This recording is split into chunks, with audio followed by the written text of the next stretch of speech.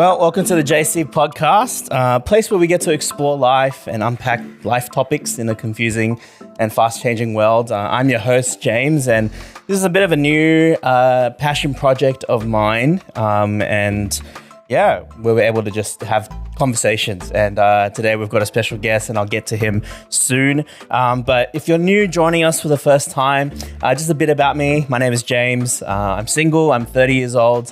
I live in Melbourne, Australia. And I've been a pastor for about five years. So this podcast is quite new and just a passion project of mine. So thank you so much for joining on this journey with us. So today we'll just get straight into it. We have a special guest, my dear friend, Josh Yong. You can say hello to the people. Hi guys. Yeah. So Josh, why don't you just introduce yourself? Tell us a bit about what you do, what's happening in your life, and just a bit about you. Yeah. Yeah, sure thing. Thank you, James, for having me here. My name is Josh. I am 30 years old. I have been married for coming close to 2 years now. Happily married. I am a pharmacist, so I work in a hospital. I specialize in oncology, which is like cancer stuff. So that's a big part of my day-to-day work. So that's just a bit about me. Yeah. Awesome. So this kind of episode today, it's a bit interesting. So obviously you've read the title, so we're talking about Queen of Tears. And I just it's funny because you were the one who told me about this drama, and like I heard about it on Netflix, and I was just like, oh, I don't know, like, do I want to get into another drama? And then, we were hanging out, and then you showed me the first 2 episodes. Actually. Yeah, we watched it right here. Yeah, we watched it right here. Really late. Yeah, fantastic. Sometimes you just need a friend to like introduce you to a K-drama.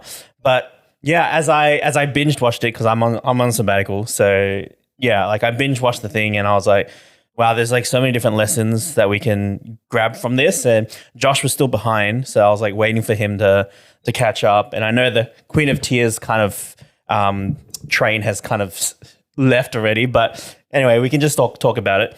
But yeah, I felt like I really wanted to do a podcast because I knew that Josh would be a great person. He likes to think quite deeply about things that he watches and consumes.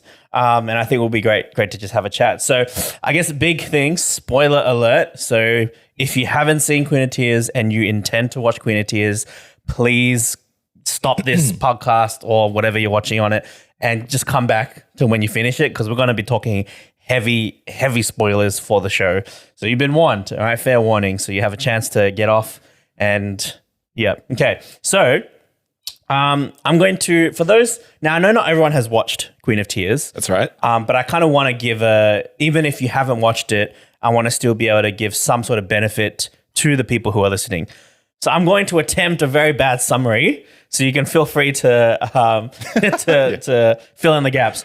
But essentially, I mean, the main plot is really two characters, a husband and a wife.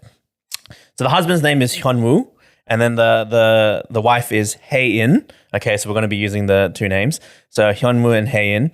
And the drama really focuses around their kind of, not quite failed marriage, but the struggles of marriage. And the drama begins when they've been married for 2-3 years at that point, yeah, I think 3 years. And it gets to a point where he wants the divorce because things aren't working. He's not getting along with the family. They don't even talk. They sleep in separate rooms. And so you as the audience, you're thrusted into this kind of like, well, what happened to the marriage? How did it get here? But anyway, you hear from his perspective how it's a miserable life, and he'd rather just like get no inheritance and then leave. But then he finds out that, actually, I might be able to so he finds out that she has like a brain tumor or of that sort. 3 months to live. And then he's like, maybe if I just push through, or if I just dahan for the next three months, I can get her inheritance. Yeah. Right. Be really nice to her. And like win her over. Right. And so in a way it starts very what's that word? It's like, it's not a very noble intention, right? And so he starts acting really nice to her, opening the door for her and stuff like that. And she's just like, what's going on, man? But then that actually changes the relationship because he's now initiating and she's like, oh, this is nice. And so that starts opening more conversations, more opportunities. And then, okay, I'm trying not to get too detailed, but one thing leads to another. You can probably summarize this more better. Yeah, what I happens guess after that? they make up for lost time, right? Yeah, in a way, they spend quality time together. Yes. Not just in Korea, but in Germany, Yes. where they had their Trying to get the treatment in honeymoon Germany. and- Yep. Yeah. And I guess, they that passion, that fire that was, gone comes back. Yeah. And Even though it was for like the wrong intentions, but Yeah. the outcome Exactly. was that. Yeah. And they find themselves loving each other slowly. Yeah. And obviously, I'm not sure how much to spoil, but I mean, you can spoil anything. yes, things happens. The bad guy, Yeah. has his way as well, And then gets in between them and tries to mess things up. so frustrating Yeah. so many times. We see it coming, but it's like, Yeah. can you please not? And it's so funny because like I heard in real life, because of the bad guy and how much he blocked their getting to each other again. In real life, he got so much hate. He got so much hate. It's like He's really good actor. you just want to. Yeah. Like there's literally times where like you just want to punch the screen. You're like, He got get out so of the much way. hate. Like get out of the Yeah. It's so funny. But Yeah. they she recovers from her brain tumor, her cancer. Yeah. And happily ever after, I guess. in a way. which we'll get to that. Yeah, exactly. The ending was a bit of an interesting one. Yeah. But yeah, like okay, obviously not a great summary. There's just so much that happens because each episode, there's 16 episodes. Each episode is like 1.5 hours. 90 minutes. No way are you Unusual. able to cover it in like a 5-minute summary. It's very, very difficult. So I would suggest to watch it. I mean, it's a bit hard when you're going to hear the spoilers, but anyway, watch it. I think it's really, really good. But I thought it was just interesting that as we kind of deconstruct the drama and the things that we can learn from this, that most people probably just watch it for fun. And that's fine. Nothing wrong with that. They just watch it for the emotional highs, the emotional lows. But the thing is, when you try to deconstruct something like that, you realize that the writers have actually really taken the time to come up with these complex characters, their personalities, their nuances, and that takes a lot of work, takes a lot of talent to do that well. Yeah. And hence why we see like people complain about bad storytelling and story writings because they don't know how to do it well. But obviously the Queen of Tears writers really did it well. And just being able to understand emotions, understand characters in a realistic way and their character arcs and their growth. So I just want to give a shout out to the writers and the people who worked on this drama. Like I think it's a really good drama. Yeah, and if it helps, like apparently the same it's the same writers Crash Landing on You. So for those of you out there many years ago during COVID, who watched that show and you loved it, get on this one because same writer. That's right. Yeah. Very gifted. Yeah. And I think, and feel free to agree or disagree or add, I think one of the reasons that the drama was such a success was the ability for people to relate to the characters in the show. Like it's not, yes, Haein is a chaebol, right? She's a very high up family. But I think in the humanity of the marriage and like the struggles, I think that's something that people can relate to. And people can probably see and relate to either Hyunwoo as the husband or Haein as the wife. It's kind of like he doesn't do X, Y, Z or she doesn't do X, Y, Z. That's why it's like that, you know? And I think people have been through marriage and relationship crises, whatever. And I think people can relate to that aspect. Yeah, that's right.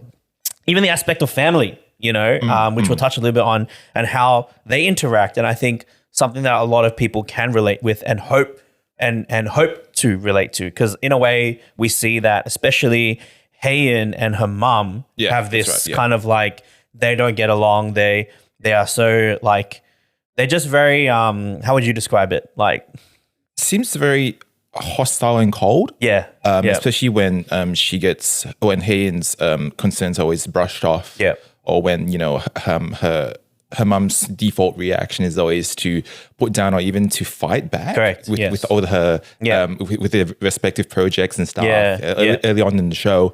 It's tough. And we realize at the end, and again, spoilers alert, that kind of stemmed from the mum somewhat blaming Haein for the death of her. Was it a younger brother or older brother? Older brother. That's right. Yeah. But we turned out it actually wasn't her fault. It was actually a villain's plotting. Yeah. Anyway, that's a side plot. But But yeah, it's just interesting how like that one event, even though it wasn't Hayen's fault, Yeah. but like that just shoots the trajectory for the rest of their life. Yeah. You know? And that was when they were kids, you know, Yeah. or when Hayen was Yeah. a child.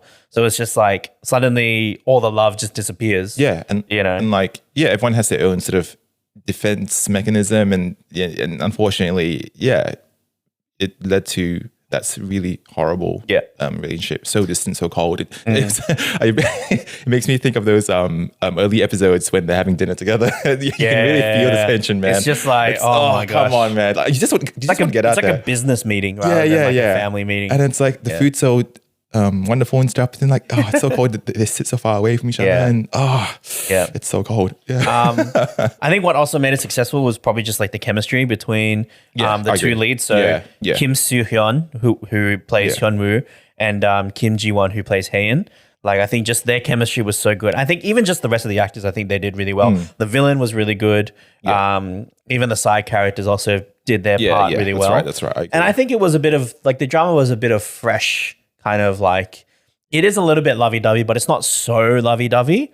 And yeah, there's a lot of conflict and a lot of things stopping the couple from getting together. Yeah. So in a way, it's still dramatized, but I think it was just a bit of a fresh breath of fresh air for, you know, it's not your typical rom-com, although there are definitely comedy aspects to it, but there's also some quite, you know, I don't really call it dark, but you know. Yeah. And it's like, I think we can actually relate to that, right? I guess for those of us who are dating or who are married, like when we see them have their lovey-dovey times together, we look at our own lives and our own experiences and, hey, you know, that was us. But also when they get together and once, you know, marriage, then that marriage commitment and, you know, things in life come their way and see them sort of struggle and, you know, God forbid, you know, go more distant. You know, I think that's something that we can relate to as well. Yeah, it's like, how do we actually, you know, not let this happen? Really, how can we learn from their mistakes? Yeah, how can we learn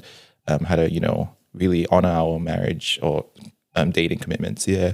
So I guess it will just move on to this like overall thoughts on the drama for you. What did you like? What did you not like? I mean, you talked a little bit about the stuff that we can really learn, but like, just overall thoughts on the drama. Did you like it? How would you rate it? Maybe just start with that. Yeah, I mean, I just want to start. I just want to say that Kim Soo Hyun has done it again. I mean, he's always. I might sound a bit biased, but he's always been my favorite Korean actor. You know, ever since Dream High, like 2011, 2012, like that sort of put him on the map for me. And ever since, I always loved his shows. I loved The Moon Embracing the Sun. That's when he got really, really popular. My Love from a Star, and It's Okay Not to Be Okay. Like I think he's just a really fantastic actor. And you know he can really cry. He can really express his emotions. Wide range of emotions. Yeah. I highly recommend episode 6, the end of episode 6. You'll see his acting is really, really good. So why do I like this drama? What would you rate it out of 5? Out of 5. If it wasn't so long, I think there were sometimes when a bit too much time spent on the other supporting characters. Which was important, but I think just a bit too much time. That's probably 4.5. It would probably be 5. I'm the same. Yeah, there were definitely parts where it was just a bit too long. Yeah. And like I found myself just wanting to really, like I was really invested in the main couple. And I just wanted to know what happens with them. And some of the side plot stuff, even with there's 2 villains, like the son and the mum. Even then, some of the conversations, like I didn't really bother to go into, even though it's probably important. But I just want to know what happens to the main leads. But I think maybe they spent a little bit too much time. Yeah, and I think the best villains I find are the ones where you can really understand and empathize their worldview and why they're doing what they're doing. So you know, like villains like Thanos or like, you know, like you don't blame them for what they do. I mean, I guess it's like horrible and evil, but then like seeing what they go through in life and especially from young and how that sort of shapes their worldview. So like I appreciated both villains. I do find, I think towards the end of the show, he was sort of a bit irrational. A bit crazy. Yeah. I mean, like, because like at the start of the show, he's really intelligent. Like, let's be real, he was really intelligent. Yeah. Like, he created some his Correct. He didn't just get there by luck. Yeah, like he's actually smart. He actually knows how to from nothing. Yeah, from nothing, and he got to where he is. Where early on, like Hayden had to rely on him to obviously achieve her ambitions. Yeah. But then it's like he's so intelligent. But then towards the end of the show, he's like, okay, why is he so like it's a bit, desperate or like weird, emotionally irrational and stuff? But I think overall, fantastic. Yeah. The mum, his mum, she's a respect. I mean, she knows what she wants. Just put it away, and even if it comes at the cost of her own child, okay. I think very similar things. I've kind of already expressed what I liked about it, but 4.5 out of 5. Probably main things. Some side plots a bit too long. I kind of wish that the villain. I think a lot of people also commented that they wish that the villain, the two villains were out from like the last 2 eps. Oh yeah. Because usually in most K dramas, the villain is usually out of the picture by the last 2 episodes. But then the villain was still there all the way to the last episode. And I think some people were like, they didn't give enough time for the actual couple to kind of like have their own time and flourish. Because like they're making up for lost time. And I think for me as a married person, I really relate to this show because to see how they struggle, it's kind of like, how can I learn from that? And it was good. Yeah. Let's talk about the ending. So essentially, when I say the ending, I'm talking about really like the ending. So we find out that so Hayen has this treatment for her tumor or whatever it is. She loses her memory. Now we do have a thing of like where she did say that I remembered one of my most painful memories, which was the miscarriage, right? She does say that. So she somewhat remembers that. But whether she remembers the rest, we don't know. It's not clear. But then obviously they live their life. They have a daughter. But then we see this montage at the end where we find out that, what's his name? Hyunwoo has grown old. And he's walking all those places in Germany by himself. Yeah, that's right. And then we reach the graveyard with the tombstone and we realize that Hayen had died, but she lived like a pretty full life. It was like 74 years or 74 years old, something like that, 70, 80. And so it's kind of like it's a happy thing, but then it's also a sad thing because it's like he's left behind. And I think something that I was reading a lot of comments and stuff like that.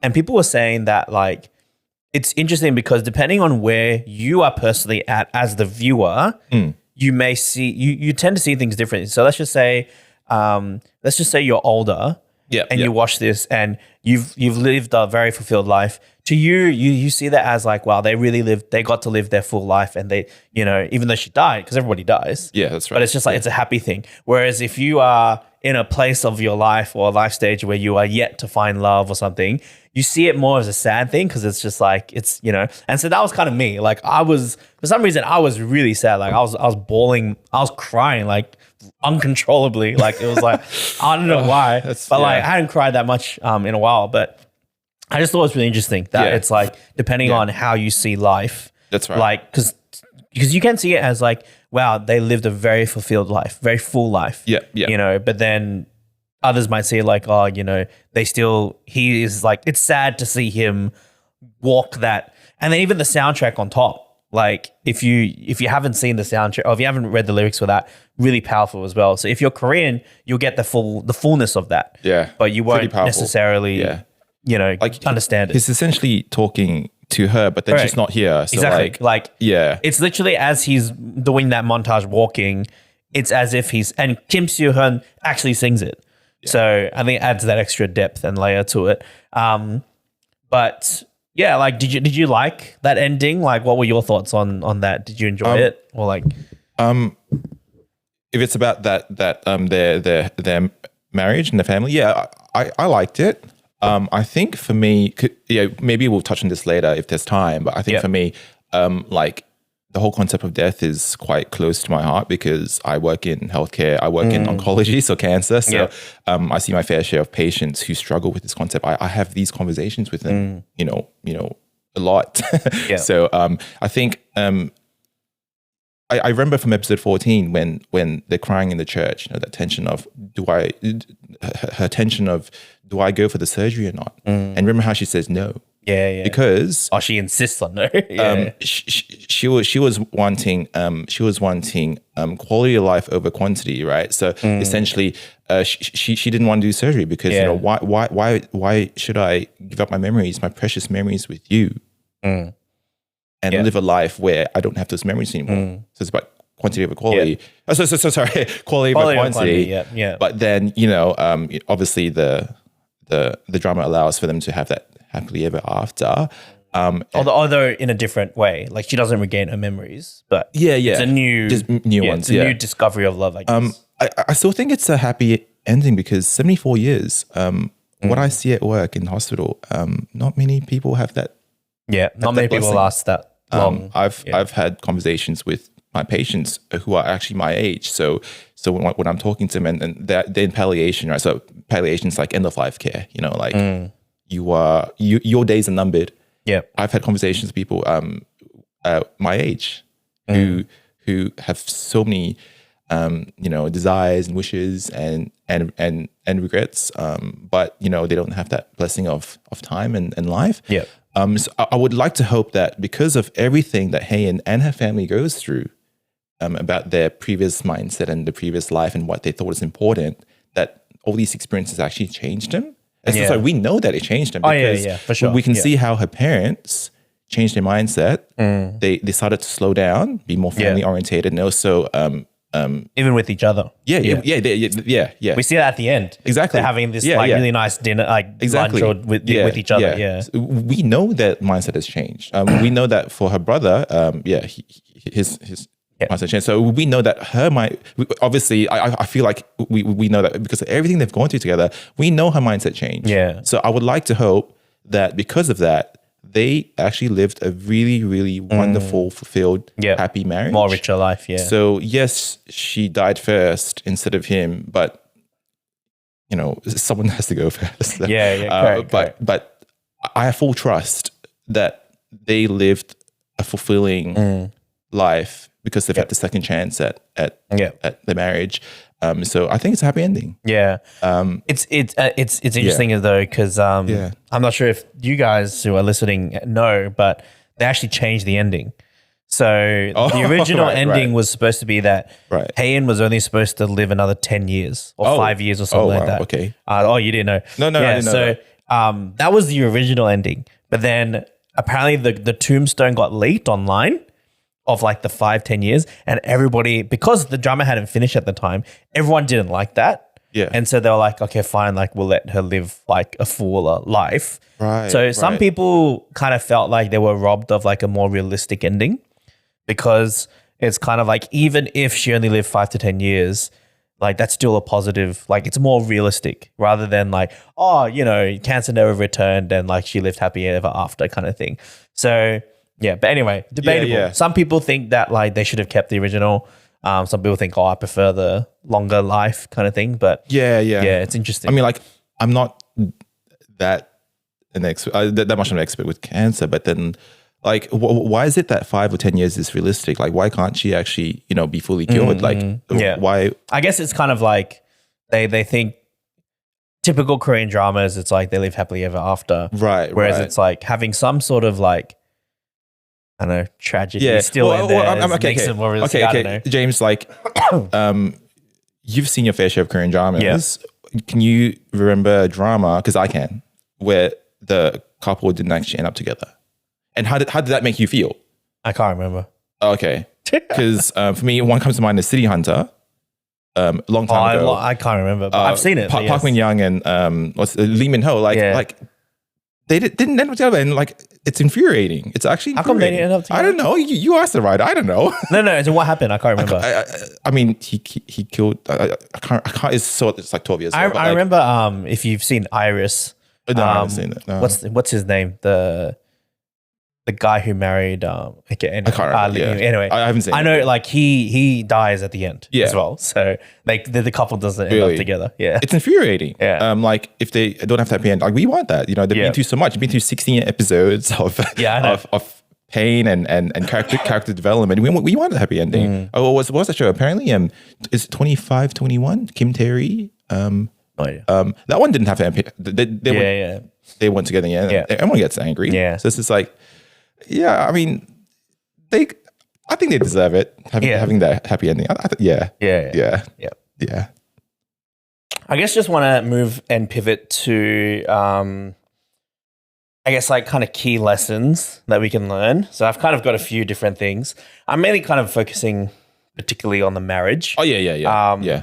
But I think one thing which I highlighted was just like the theme of in marriage, just like conflicts and like growing apart and growing distant.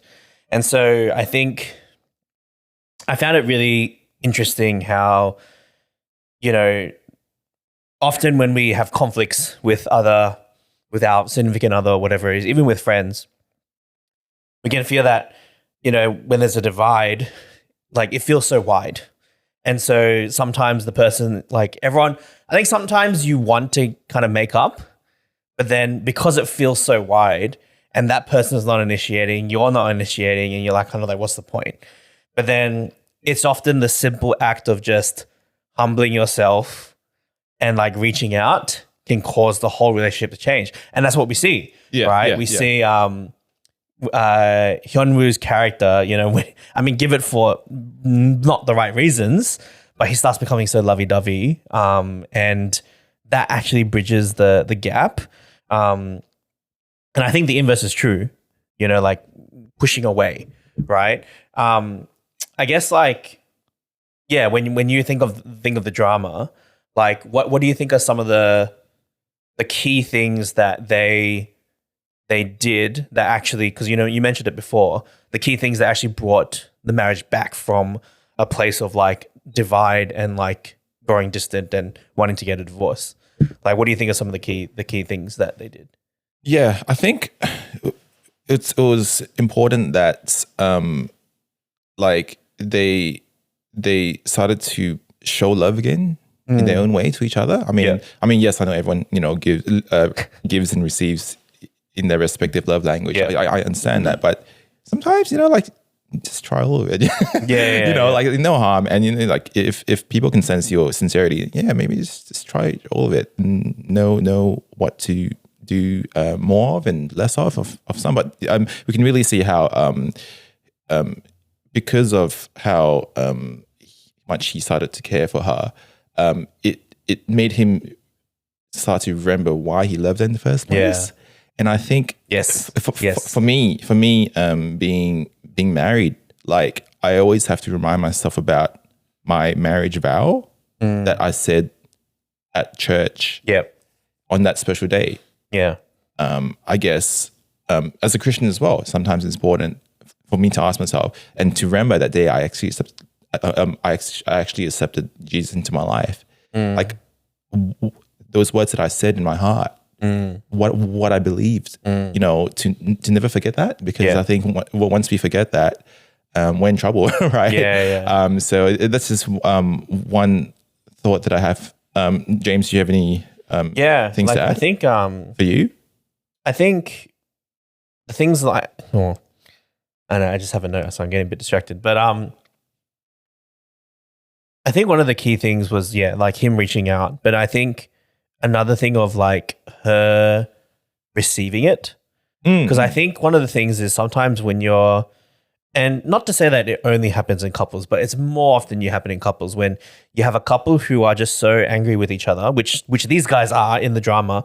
Like you remember that that very early on, there's that scene where they're waiting at the elevator, and then it's interesting because you're seeing it first from the perspective of Hyun-woo, the husband, and then later on in like a few eps or something later, you see it from the perspective of Hae-in and how they both see each other's reactions differently. And it just shows that like this is what like, you know, a tainted or like a bias against somebody can actually do, that when someone says something, you interpret it a different way. Yeah. And it's so funny because initially we're with Hyunwoo, we're like, yeah, she is like so cold and she's so demanding. Yeah. And like, but then when we switch, we were like, when we were with Haein and like, she's just acting so like vulnerable and so innocent. And he's just like cutting her off. And it's just interesting that like even though Hyunwoo did it for the wrong reasons, but the fact that Haein was willing to accept that as well. And I think it also shows that at the end of the day, both of them really wanted to make up again. Yeah. But then I think just one layer at a time, they just kept, closing themselves off. And I think an example that I have, and I can't remember which episode it was, but there was a scene, like a flashback scene where we see Haein is like sitting on the couch alone in their house. And then she's just like putting her hands over, like really looking really tired. And then Hyunwoo, the husband, comes in from after work and looks at her.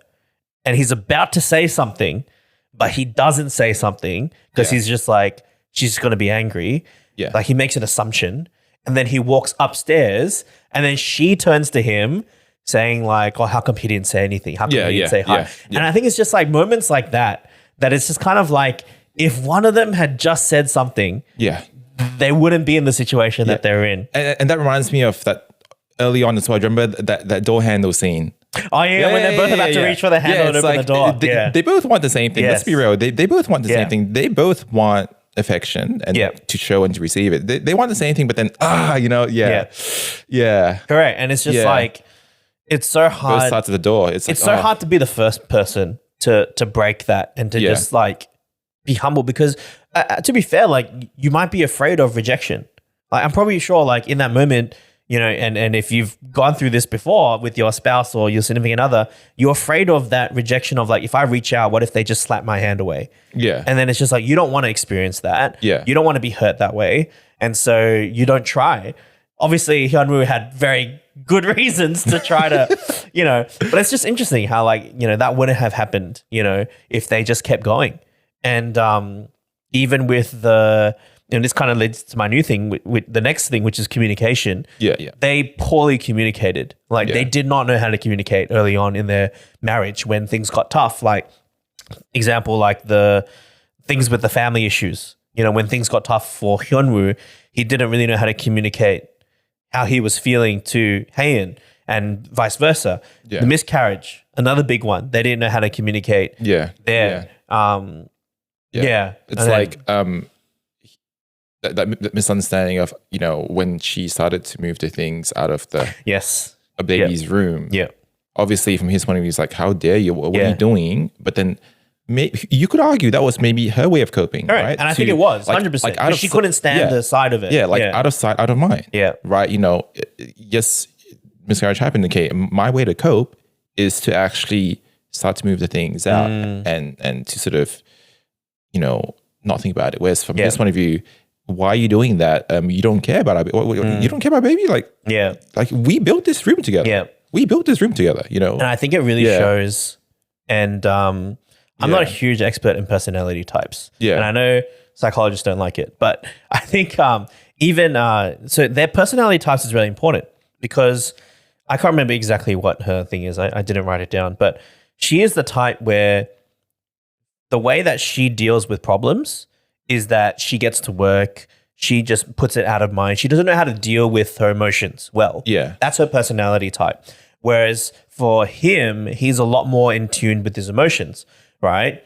And so even that difference, because she is like, I need to just move on.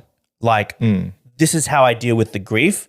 And she was working. Like when they were moving the stuff out, she was on the phone and then like he comes out and she's like, what do you want? Yeah. It's not even like, there's not even a chance to like talk about it because she's just like, this is the way I deal with it. Yeah, that's right. But then it's also him not understanding that's the way she deals with it. Yeah. Or maybe he understands, but it's like, you're wrong. You're dumb. Like, why are you doing such a stupid thing like that? Yeah. And that's like, I guess the scene before that scene is when he's visiting that room by himself and he lies in the bed. He sees that leftover star. Yeah. And he cries mad. Like, oh man, very, very, very touching scene. Yeah. The whole misunderstandings. And then because you're right, because that moment leads him to say, I want to stay in this room because his way of dealing with it is that he wants to remember the child. That's right. Where she wants to forget. Yeah. Although she keeps the photo still. They both care. They both care. Yeah. But it's just they don't know how to do it. And then obviously his actions is perceived one way, right? Yeah. And then she receives that as, negative, and they just can't talk to each other, right?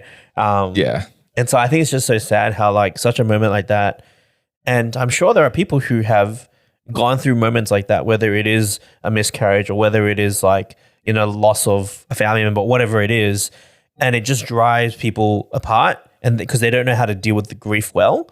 And then there's just misunderstanding on top of misunderstanding. And so like communication is just so important to that. And like, I resonate with that because like I'm married. Like me and my wife, we understand each other pretty well, which I'm really thankful for that.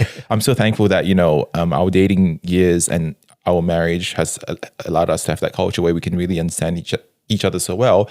But guess what? We're still different people. We're still sinners. And the many times when we have conflict and we have to communicate how we feel to each other, which is really uncomfortable. But it's actually necessary. And, we can't expect the other person to know how we are feeling about a certain situation or how they're seeing a certain situation, because, it's so easy just to focus on our outlook and our perspective. And yeah, that happens even in marriage as well. Person who knows me so well and vice versa, it still happens, these misunderstandings. Yeah. I'm just kind of reminded of that scene where she's in Germany and then he starts walking up the stairs. Oh, so boss, man. Such a boss. Yeah. And then there's that dialogue.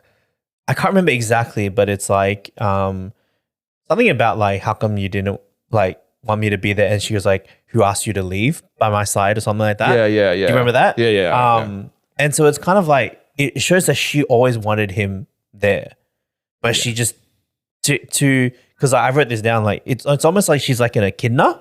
Yeah. And it's just like very prickly on the outside. Yeah. But it's like she just wants someone to like nurture her and like allow her to calm down. Yeah. Because like, I guess his response was just like, you don't want to talk, I don't want to be with you. Yeah. Kind of thing. That's right. Yeah. Whereas I think she really wanted him to like be there and like comfort her, but obviously she just didn't know how to express it or didn't know how to communicate that. Yeah. But it was just a powerful moment that, because they reached that point where they're like, and he was like, I dealt with all this crap, but like, I'm still want to be with you and kind of thing. Yeah. I agree. I thought that was really good. But I think it's just interesting that, you said they were making up for lost time. In a way, it's making up for wasted time. Oh, right? Because it's like, because these things, they lead to unnecessary and wasted time when you don't express how you truly feel. It leads to all this time of misunderstanding, and it's just like we could have spent all this time if we could have saved all this time of misunderstanding if we had just addressed it from the beginning. And then obviously it gets harder and harder because then layer upon layer upon layer. So I think it's great lessons of like, we need, like when you're dealing with conflict, especially in a marriage, like, bring it up. Like, don't let it slide underneath. Yeah. So important. Yeah. And I guess like she was obviously very, very ambitious. Like in that marriage setting, I'm not trying to be I'm not trying to say, something that's controversial, but I guess in some way she cared more about her ambition than working on the marriage. Yeah, 100%. And she was so consumed by her ambition that, remember, even after her diagnosis, like she still wanted to hit her goals, right? Yeah. To reach that $1 trillion club. Yeah. 1 trillion won. So not dollars, but yes, 1 trillion won. Yeah. Which I think is like $1 billion in 1 billion. Yeah. So it's like she still wanted to reach that, at all cost. There's no one stopping her, not even her husband. It's just to see that ambition. I guess in marriage, you have to consider your other person, your partner as well. I mean, otherwise, why get married, really? Yeah. But yeah, you can't just live as you please anymore. Yeah. But it's quite eye opening. Yeah.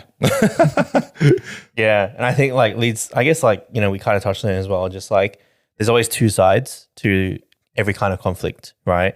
Yeah. And like we mentioned the scene with like the one in the elevator, or not in the elevator, at the start of the elevator, and just like how I think when we I'm sure as you listen to this, you're reflecting on your relationships or even with your spouse or your significant other, and just how sometimes the way that you do something, you expect it to be received in one way, but it's not. And then vice versa, right? And it's almost like, oh, when you did this, I felt this, but I think it's important to have those conversations. Yeah. Because then if not, it leads to what we see. Yeah. Right? People just misunderstand each other. And it's like, yeah. And so I say like, let me see. Yeah. And like, for me being married, like it's wonderful to keep on learning more about my partner. Like, yeah, in those uneasy situations, like I'm still learning so much more about her, and I'm thankful for that we can sort of still work together and work through all these misunderstandings and everything. Yeah. So I think what I wrote here was that in that scene, right, in that particular scene, obviously Hyunwoo, he's suffocating in the marriage. Right, at that time. I felt bad for him. Like he's dying. Yeah. But then in her perspective, she's just heard some news about health issues on the hospital, and they're like, you need to come in, right? And so she is trying to reach out to her husband, which we see in from her perspective, for comfort and assurance, but he gives none. He's just blunt, right? But both have their own context and both have their own experience, and both are reacting in the way that they need in a way, right? Yeah.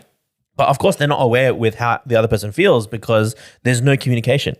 It's just such a cold. It's so sad. Yeah. And like it's like Hyunwoo has always been a really kind person from young, and even throughout the show, we can see how he's doing all these like kind things to all the various parties involved in the business, so that and he's still so kind, but it's just heartbreaking to see him have to be cold to his wife because unfortunately circumstances have unfortunately changed his character. And I think for me, that's something that I have to keep in mind as well.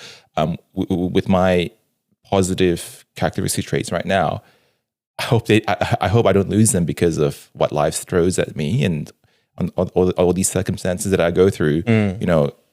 God help me to preserve these positive characteristics. Otherwise, I'll lose them. And it's heartbreaking to see Hyunwoo, such a kind man. Yeah, lose himself in a way. Yeah, in some areas. In some areas, it's it's it's interesting what an environment can do to you. Yeah, because like I think obviously we in later in the drama we see flashbacks of their early stages of getting together and stuff like that, and they were fine. Warm. They work through some of the challenges, obviously with the family and stuff like that. But just over time, it just erodes. Yeah. But I would say, what would you say is the catalyst to what really began the breakdown?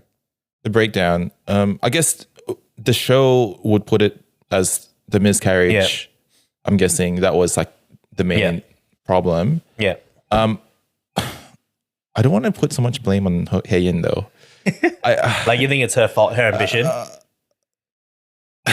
Unfortunately, look, I really don't want to say anything that's really like mean or controversial, but unfortunately, it's I feel like it's a few things actually. I guess her family and their expectations of what they wanted their son-in-law to look like.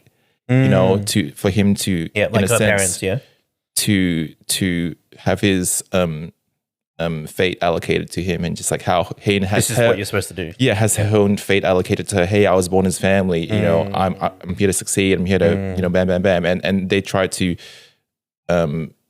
apply the same formula on him, which is not what his upbringing allows to happen. Like that's just not who he is. Like for him to have no say, but having it's so funny. In those early episodes, remember how like they're having that family meeting and he literally had no say. Yeah. over his kids, his future kids' name, Yeah. and her surname, which is Yeah. and Like, you know, it wouldn't take his surname. It would be yeah. the It whole was just surname. so funny actually, and how he gets mistreated by his brother-in-law, and how their plan for him was to go to overseas to study and stuff. It's like, He has no choice. Yeah.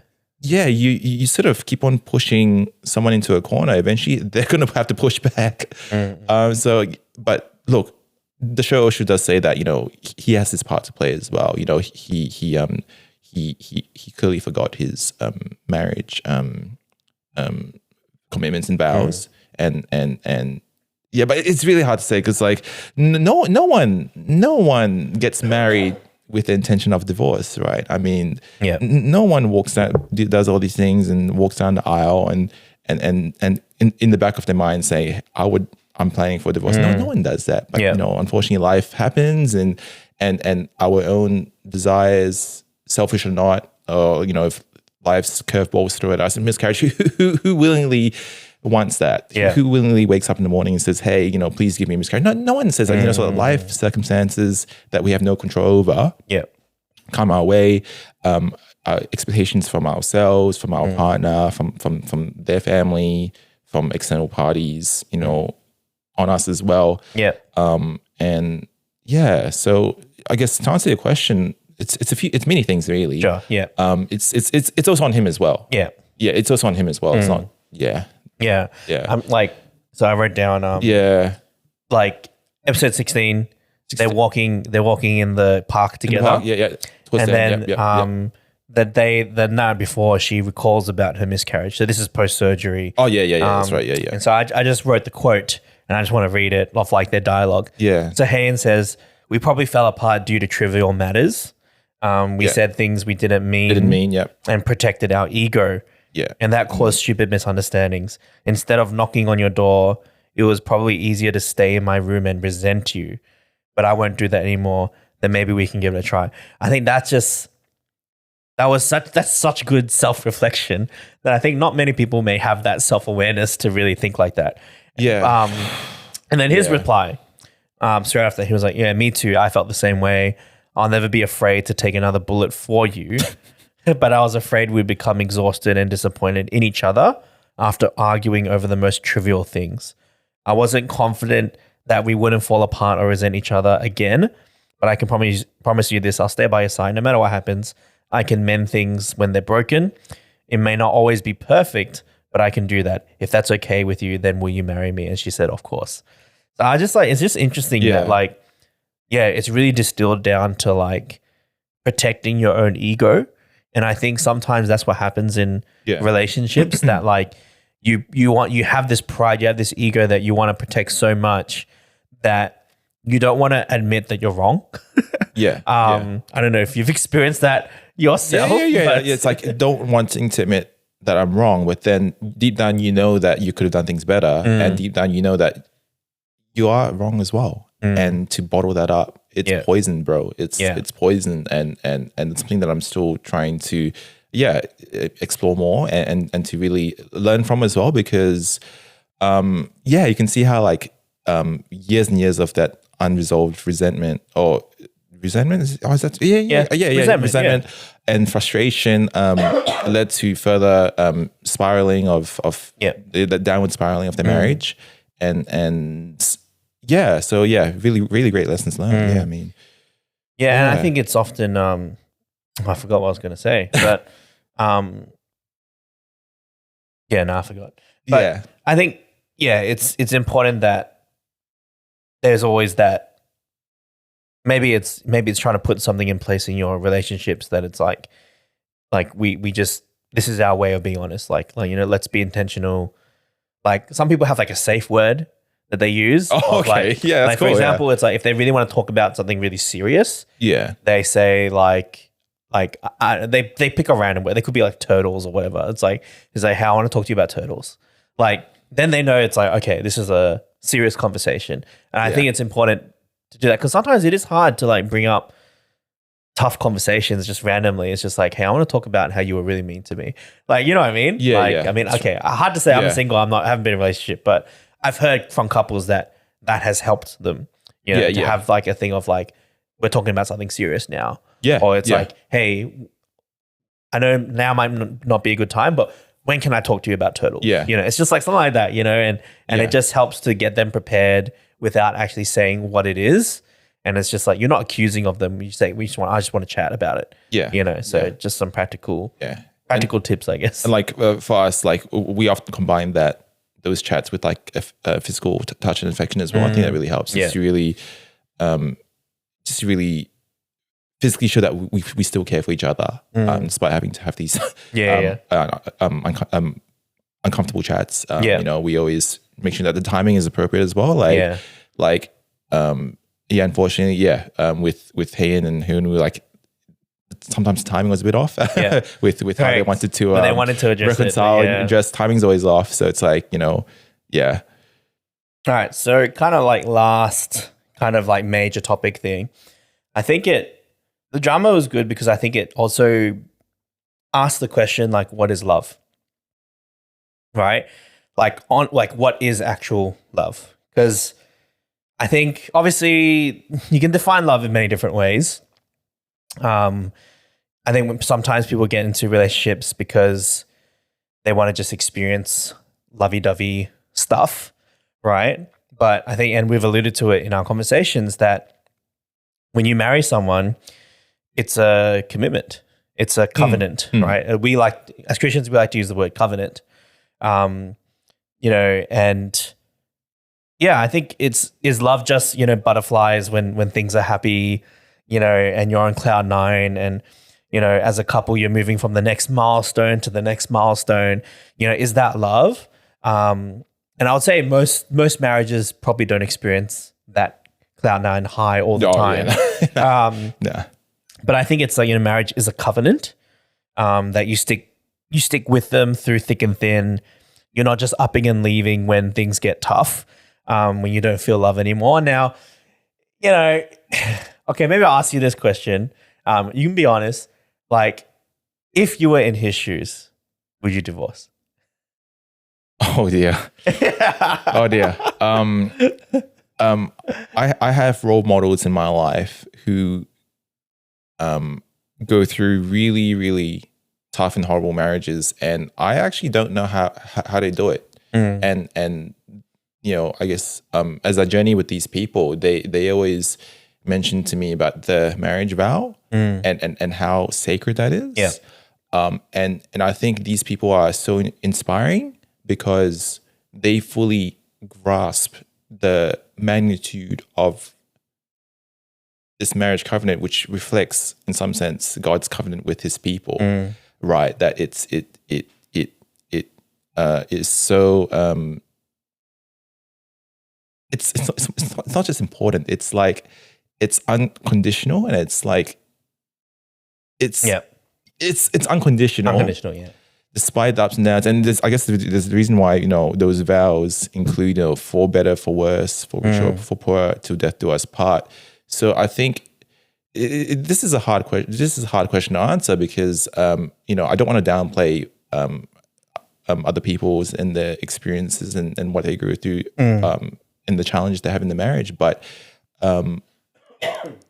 yeah, for those who really choose to keep on looking at the cross and to remember those marriage vows, I really commend them for it, because it's really not easy. Because like, really, if you see Hyunwoo's lifestyle at the start of the show, it's actually horrible. Yeah, it's really horrible. Yeah. And I don't want to be in that.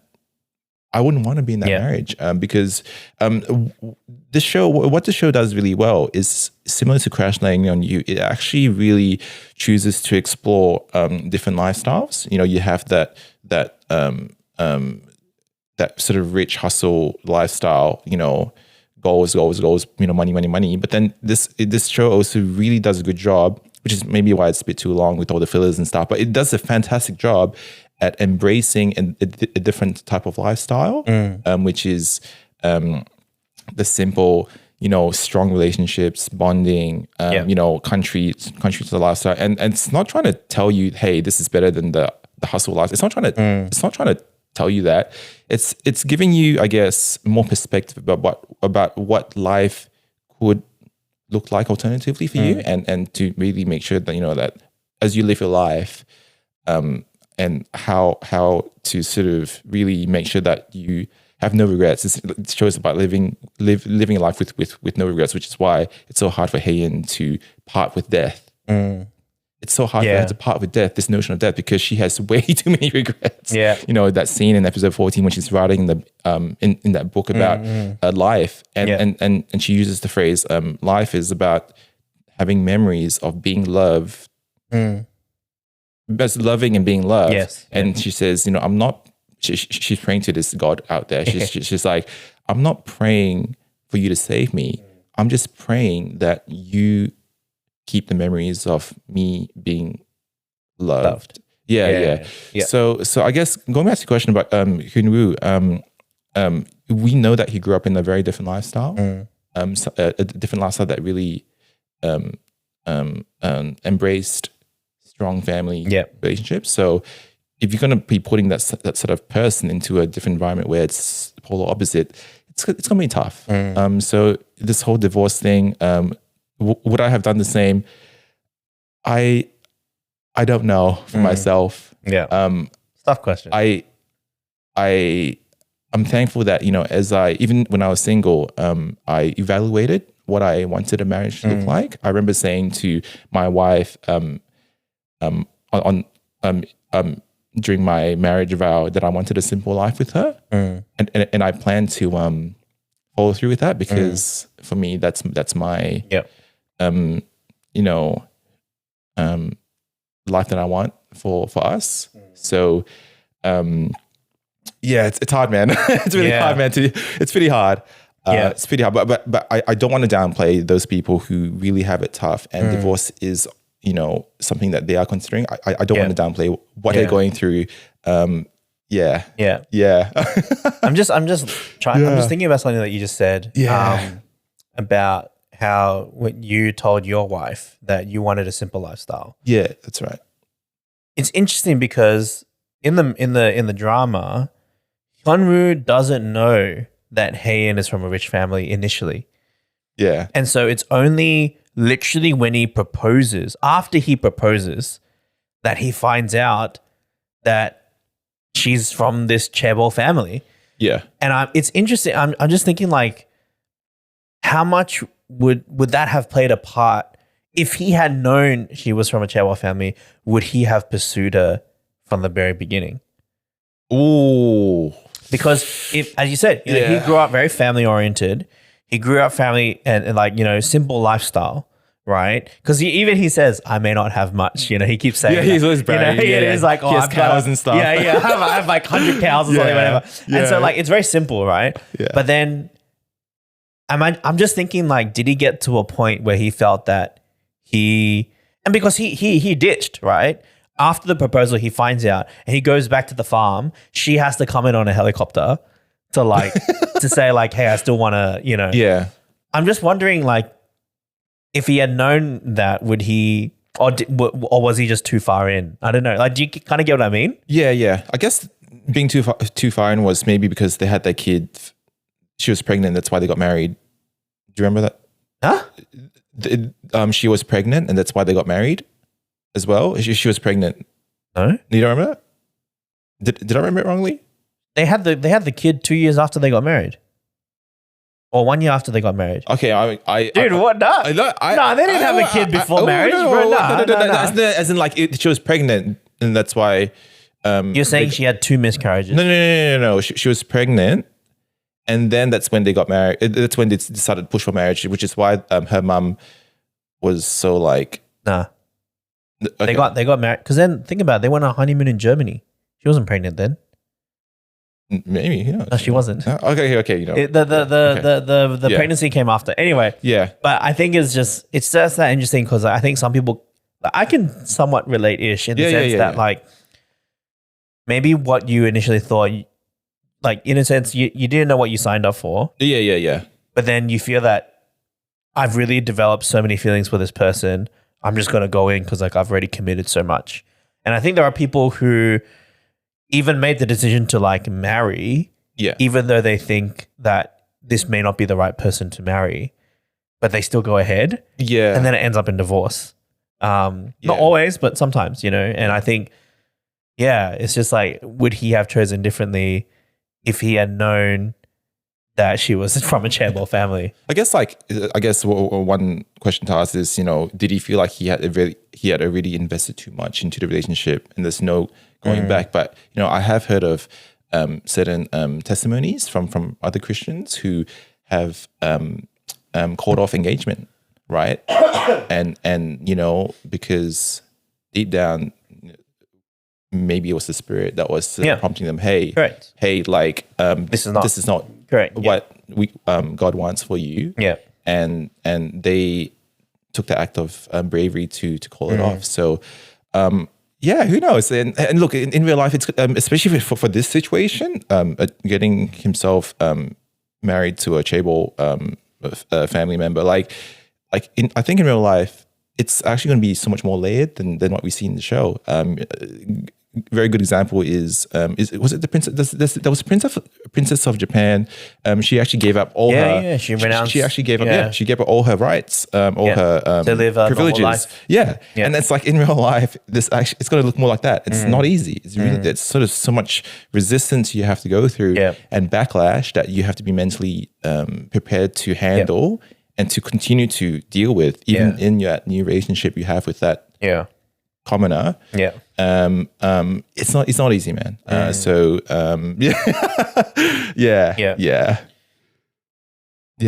thank God he was so intelligent that he, as a lawyer in that department, he was so intelligent. He held his own. He single-handedly saved the family. That's true. He caught out all of the bad guys, bluffs, and like, you know. So thank God he had something to offer as well. And it was so funny. I always like the scene when they were going that bird hunting. And then he's deep down, he's actually like a pro. Oh yeah. And then like how his grandpa shot the bird. And everyone's like, well done, man. Well done. He's like, are you sure you hit it? Yeah. And like, yeah. It was so funny. So like he was funny. Really like very humble. I think it's great how like in some sense Heian chose a wonderful guy as well. I mean, yes, he's not filthy rich, but then he definitely lived up to the expectations, and we can start to see how over the show, like each family member starts to accept and then to embrace him for his skill sets and for his what he offers to the family. That's right. We started to see the grandpa giving him food. And then everyone's like, what? You know, not grandpa, the father. Oh, the father. Oh yeah. I can't remember, but So I think I just got like stuff that I wrote down, and you know, I think so. Kind of changing gears a little bit, but like when it comes to having conflicts in marriage, I just said that, you know, breakthroughs can happen when you admit that you are struggling and need help. I think like that act alone, I think already just brings both people's guards down. One person, because like they need to be humble to admit that they need help, but the other person to think like, oh, they actually don't think they have everything together. And I think that can just like, you know, and I think another one is just outdo loving each other and serving one another.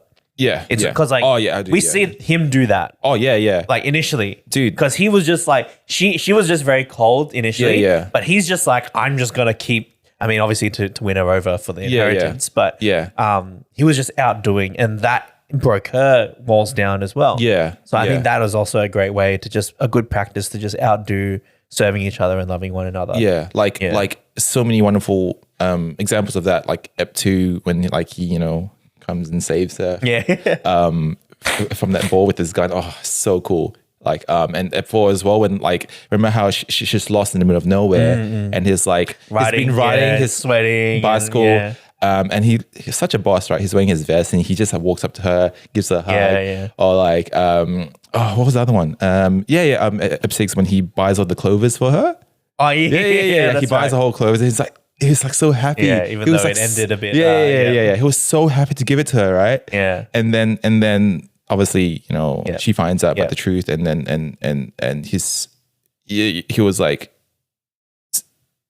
tongue tied, didn't know what to say, and then inside of Ep 7, he actually somehow changes the topic, and he's like, our lock, it's still there, on the bridge, you know. And then it's like, so he has done a lot for her. Obviously, literally took a bullet for her as well. Yeah. So Yes. acts of service. Yeah, you know what? Like I kind of feel like, I mean, yes, everyone receives their love languages differently, but then like acts of service, huh? It's Still goes a long way. yeah, it still goes a long way. Like especially when people do need that physical support. Acts of service. Yeah, what a sleeper, sleeper love language. Which is something that I do need to get better in myself. Yeah, I'm not very good at that. Before we kind of wrap it up, and I'll probably end with like, you know, kind of your your favorite scenes and kind of takeaways, but I just want to touch on like the ending again. And like, you know, the ending scene features a song called Way Home, right? It's sung by Kim Soo-hyun himself, and it was written specifically for that scene. And like, if you understand Korean, you understand the richness of what you're watching and listening to at the same time. Yeah. And I think if you as the viewer, if you've seen Queen of Tears, but you don't understand Korean, rewatch that last scene, but like read the lyrics as you watch it. There's just an extra level of depth you get to it. But so I searched up the YouTube video of that song. Oh, okay. And the official one. Oh, wow. And I was just trawling through some of the comments. And I really liked these two comments. So the first one, I think it really is a great summary. By Soo-Yong Park 930. Shout out to Soo-Yong Park 930. Queen of Tears is literally the visualization of the marriage vow, for richer or for poorer, in sickness and in health, to love and to cherish until death do us part. They live to grow older and raise their own family. The love that has never left only stayed, even in the afterlife, because that last scene where she turns around is supposed to represent the afterlife, right? It's not actual real life. And then so she. It reminds me of like the movie Gladiator, right? You know, like Russell Crowe. I haven't seen it. 2000, came out in 2000. You haven't seen it? But go watch it, man. Okay. Like it's how they picture that. It just came. Afterlife in the fields, the flowers, the wind. So they continue to say that's so beautiful. The ending shows us the reality that no one can escape death. Yeah, aging is normal, and death is truly the final ending. Personally, I think growing old together, dying, and meeting your greatest love on the other side was the best ending anyone could realistically get in this lifetime. This is a happy ending for me. So I was like, that's a pretty good, very good summary. Wow. And then another one that I really liked by the weirdo on the Maple Street 2083. They just said, "Don't cry because it ends. Smile because it happens." I was like, that's very, very well, very well articulated. So, I think it's like, I think it is a good happy ending. Like, I think the reason I cried because I think it was sad because it did, like, they spent so much together and it kind of felt like an end, but it's the best end. They could have had 74 years, right? Yeah. But I guess like to wrap up, so I guess like what were some of the, favorite scenes or that you really enjoyed? Or that were memorable for you? Yeah, I always like the times when his acting was like, top notch. So like when he's, the rifle, just like it's just those scenes when he saves her, really. Yeah. Ep 6, Ep 14. Really great episodes. But like what? Ep 6 is essentially when they go to Germany and they start to date. Yes, again. And to see all these like mannerisms and it was just very, very heartwarming, just very touching to see how they start to rekindle that.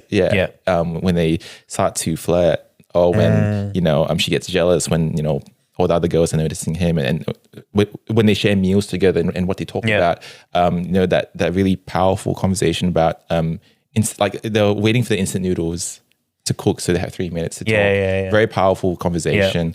I guess my favorite moments are just essentially those moments top where top three. You gotta pick three. Doesn't have to be in order. But when he gets caught.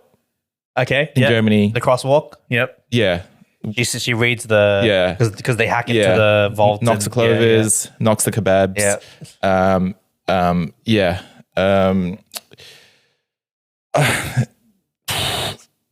Second one's probably the rifle. This Yeah.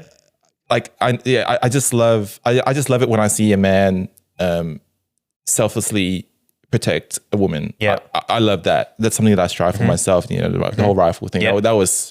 That took my breath away. Oh man, the third one. What's the third one? That's tough, man. Probably just all the crying.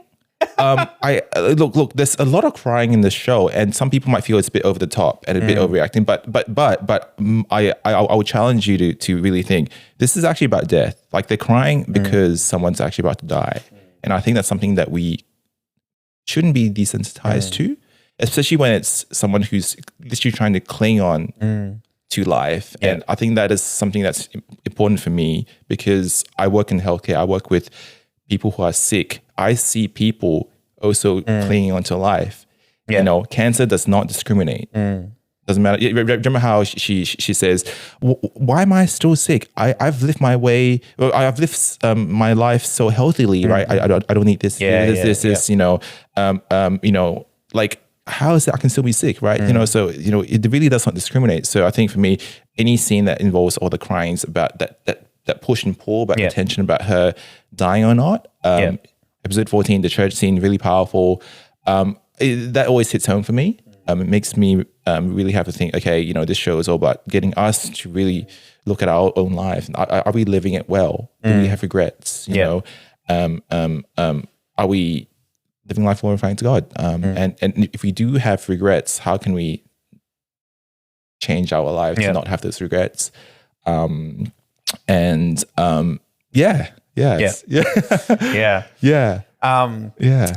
kind of cheat a bit for me. I'll have three happy ones and three sad ones. Oh, come on. Yeah. So I really love the scene where she tries on the ring in the room and then he comes back saying like, "Oh, you're right, I need to return it." But then like she's holding it. Yeah. I just love like the way they edited that scene. It's just so funny with the sound effects. I think it was so good.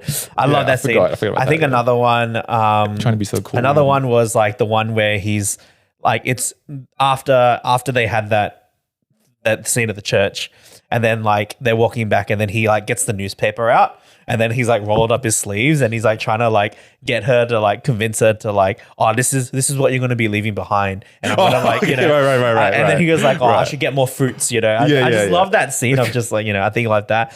And I think obviously the classic the chicken one at the start. He was like, why was I born so cute and stuff like that? Yeah, when he's drunk. That's classic. I think the sad ones, obviously the big one in Germany when they're having their argument outside of the church. I think that was a very powerful one.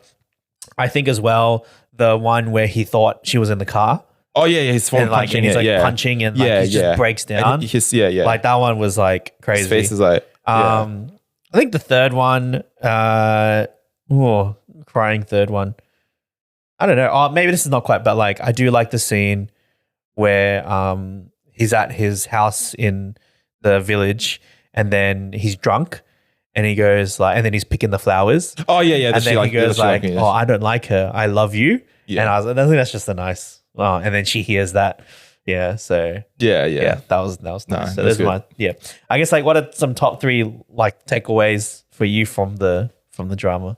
I guess I kind of touched on that earlier. I guess taking my life more seriously.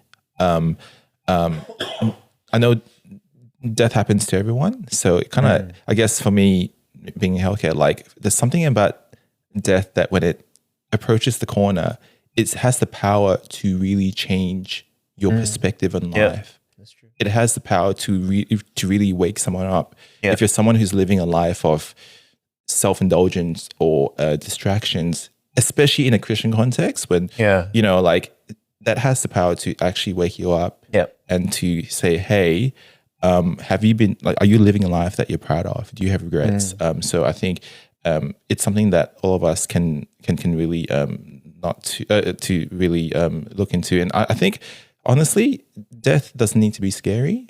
You know, especially if we live it well, it doesn't need to be scary. And as Christians, praise the Lord, we have actually hope. And you know that death is not the end; it's just the beginning, right? Yeah. So this our life here, you know, it's kind of, is it really borrowed time? But it's more like it's not the end, you know. So I think that's always encouraging. And yeah, it's probably just I just should probably just share just one takeaway. Like this is just my main takeaway, because you know it's so personal to me, death, and I used to be someone who was scared of death. You know, I get really bad anxiety when I fly in planes because I'm scared of dying. And I ask myself this question: why am I so scared? It's almost embarrassing. And I watch shows like this, and it starts to help me reshape my perspective on death. That, you know, I don't need to be scared of it, especially as a Christian. I don't need to be.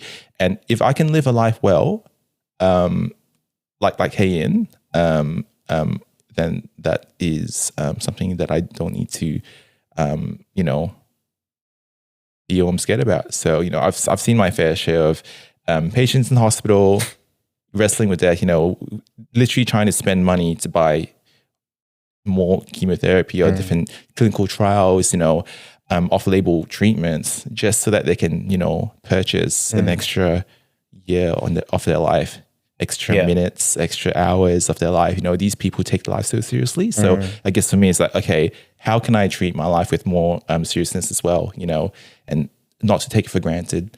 You know, each day is a blessing. And I'll end off with, I guess, a Bible verse. Is it Psalms 90? You know, oh my goodness, I'm having a mental blank right now.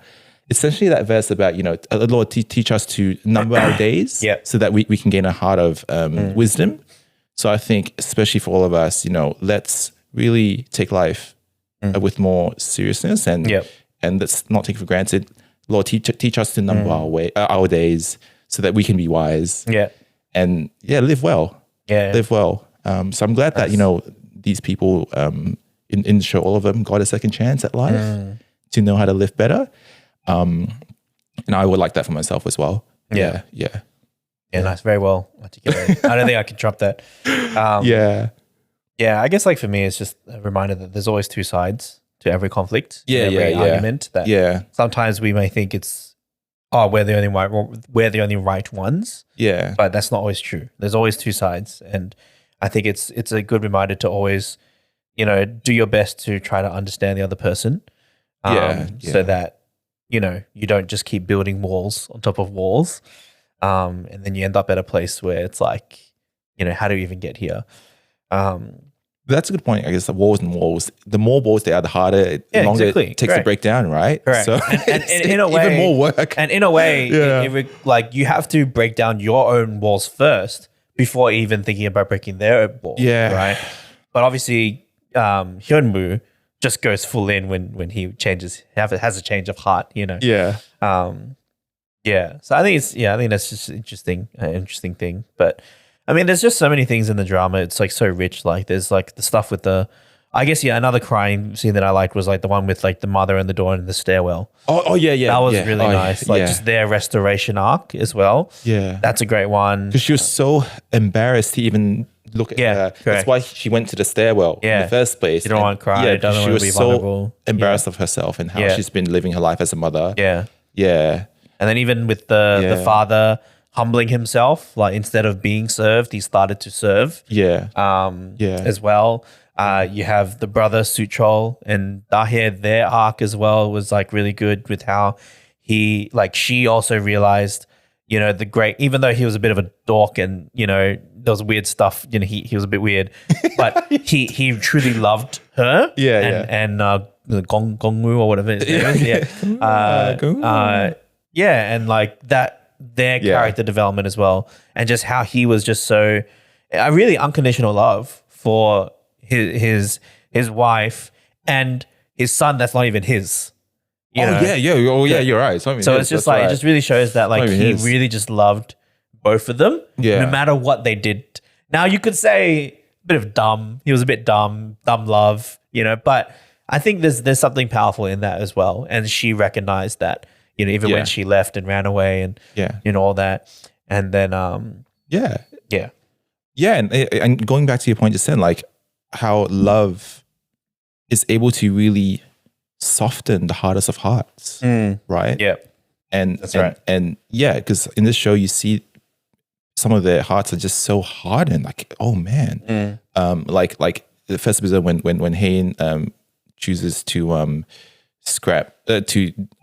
kick out all the small businesses in the shopping mall because they weren't making profit, and it's like whoa, and Hoon's like whoa. That's like so unethical. Like they've tried, love truly has the power to soften the hardest of hearts, and in that Christian context as well. I mean, God's love for us and the power to really penetrate our hearts and has power to save everyone, despite how hard their heart is. Yeah, that's true. And then like who was it? Even what's her? Is it her name's Grace? Is it like? I can't believe we spent the whole time not talking about it. She's a funny character. Is hilarious. I completely because her loyalties are very like wherever the wind blows. Yeah. But then in the end, she also does the right thing in the end. Yeah. And with Dahye, they both serve their time in prison, and then because of that, she then actually finds a true family.